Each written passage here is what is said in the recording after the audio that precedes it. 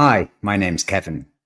Thanks for joining me on episode 2 of my podcast series, Cybersecurity Kept Simple 24/7 365. In this episode, we're going to have a look at the Darknet.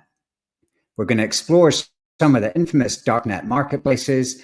We're going to have a peek inside a couple of databases that were for sale on the Darknet.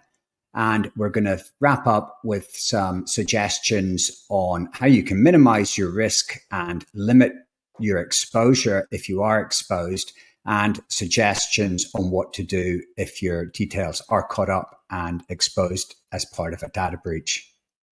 While the Darknet may be more synonymous with illegal behavior, it does play an important role for whistleblowers, political dissidents, those that need anonymity to be protected from their government or from other people. Sites like the BBC and the New York Times are just two of many legitimate organizations that have presence on the dark web. The original Alpha Bay market became really popular in 2014 after the Silk Road marketplace was shut down by the FBI.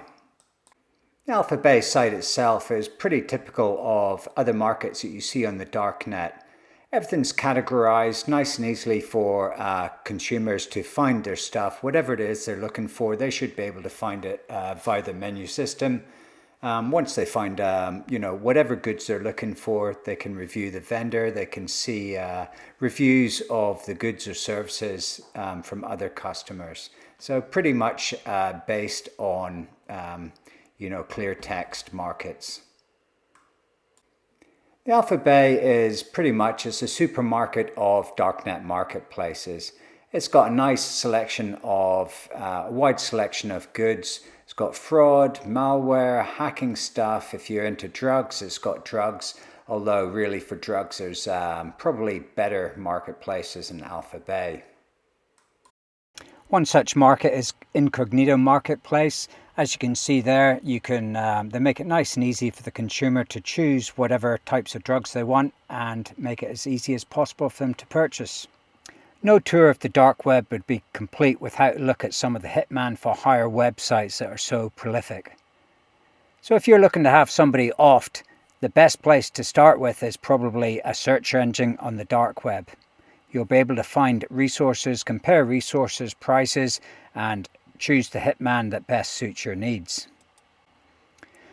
In this case, if we have a look at the Dread forum here, we can actually see this Hire a Hitman website is reported as a scam.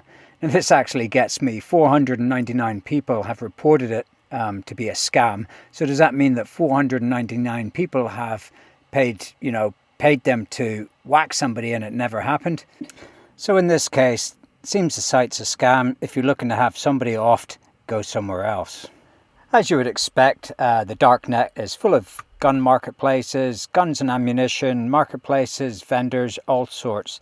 These guys, they don't operate in the same laws as what their ClearNet and legitimate rivals on the internet do. These guys claim to have established smuggling lines, and they will pretty much ship your gun and your ammunition anywhere you want in the world. Now, if we have a wee look through the search engine here for hackers for hire, you can see there's no shortage. Looking through the list and seeing the different types of services available, it's clear that every type of specialization is available. If you want a hacker for social networking, no problem. Hacker for networking, no problem. Application, web, doesn't matter. You need a specialist hacker here, you can find it on the dark web.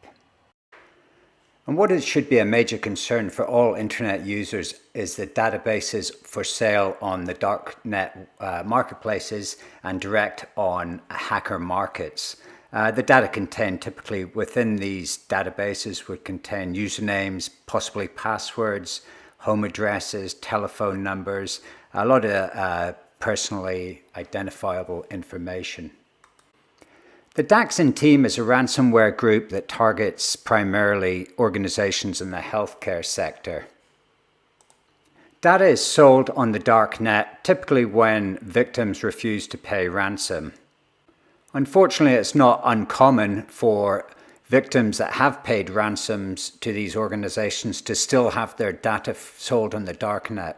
People need to remember that you're dealing with criminals here, not hackers. As long as demand dictates, darknet marketplaces will continue to thrive. As soon as one's shut, another one's going to open. Global law enforcement and the people who run these marketplaces will continue to play a game of cat and mouse.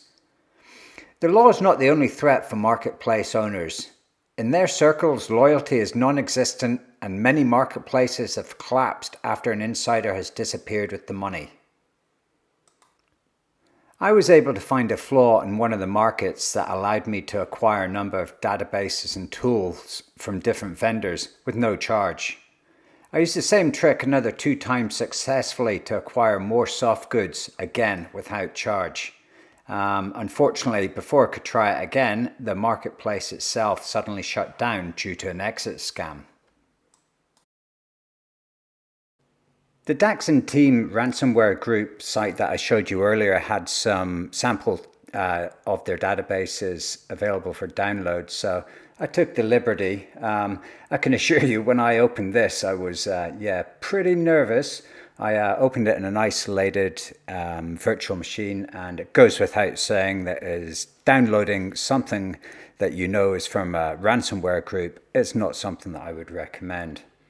However, looking through this data, it's quite horrifying to see the the sort of information within. It contains the usual stuff, but it also contains very personal medical information, next of kin, medical operations, procedures, medicines, all that sort of stuff. Definitely not the sort of thing you want for sale on the dark web. This database is typical of what you find for sale on the darknet markets. This particular one is the victim of this is some company in Chile. This database here contains emails, phone numbers, home addresses, and there's hundreds of thousands of entries in here. Fortunately, the passwords have been stored as hashes, which makes them extremely difficult to crack with the technology available today. And sometimes organizations don't encrypt their databases, so when they're breached, everything's available to the hacker in clear text, including the passwords.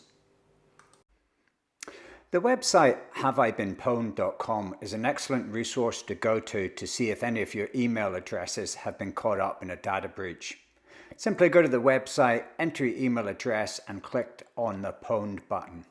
As you can see here with the email address that I've put in, this has been exposed in half a dozen data breaches. Just scrolling down, it actually shows you the data breaches that the email was exposed in as well. The most frustrating thing about data breaches is that there's nothing you can do to actually control. You can't prevent the organization that you've registered your details with. You can't stop them being victims of a data breach. What you can do is limit your exposure to only that database. The easiest way to do that is to never reuse a password. Choose a complex password, ideally from a password generator. Use a unique password for every registration. And that way, if you do get caught up, if your details get caught up in a breach, it's only that and nothing else.